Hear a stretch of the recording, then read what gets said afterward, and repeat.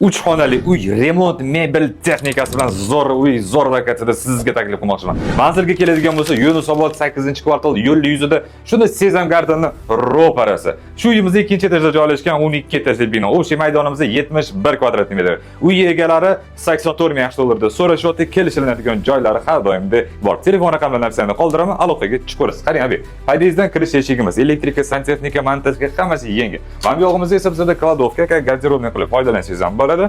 Keling, mana bu chap tarafimizda stroyni qo'shib, mebel ham yasattirib qo'yishdi. Chiroyli ham beshta oynalar, podsvetkalarimiz bor. O'zingizga qarab chiqib yuraverasizlar. Keling, bu tarafdan boshlaymiz. Xonalar, sanuzellari hammasi alohida.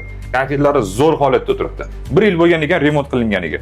Mana shu videoda nima ko'rayotgan bo'lsangiz hamma narsa qo'yibdi. Bu yog'imizda spalni anchagina kattaroq. Mebel полностью комплектованный.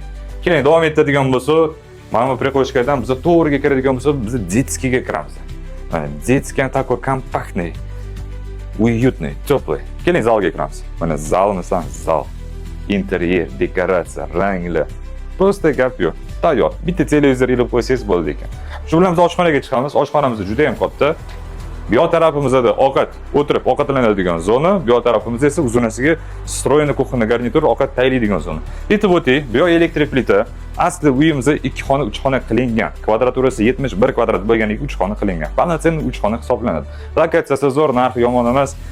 Videoda ko'rdingiz, remont zo'r, mebel texnikasi hamma narsa quvvat. Telefon raqamlari har doim deb sanada tezda aloqaga chiqasiz.